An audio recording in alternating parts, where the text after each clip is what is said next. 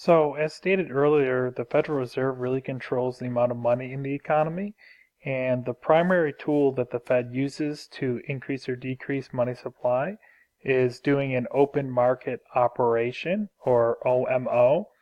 And what the Fed does is it goes into the bond market. So the United States federal government can issue debt in the form of treasury bonds, and you can buy up a treasury bond. Banks buy up treasury bonds. So there's a bond market, just like there's a stock market, where this government debt is bought and sold. And the Fed goes into this market and then either buys or sells bonds.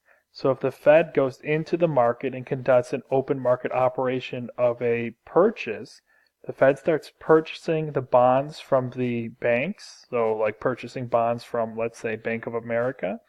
The Fed ends up with the bond, and think about what's left with Bank of America. So if the Fed gets the bond from the Bank of America, does the purchase, then the Bank of America, is left with cash, and then this cash can be loaned out and increases the money supply. So once again, if the Fed goes and does an open market purchase, they get and buy bonds, the Fed ends up with the bond, the market ends up with the cash, money supply increases. If the Fed wants to reduce money supply, they go into the market and they conduct a sale of bonds. So they start selling the bonds that they had previously purchased.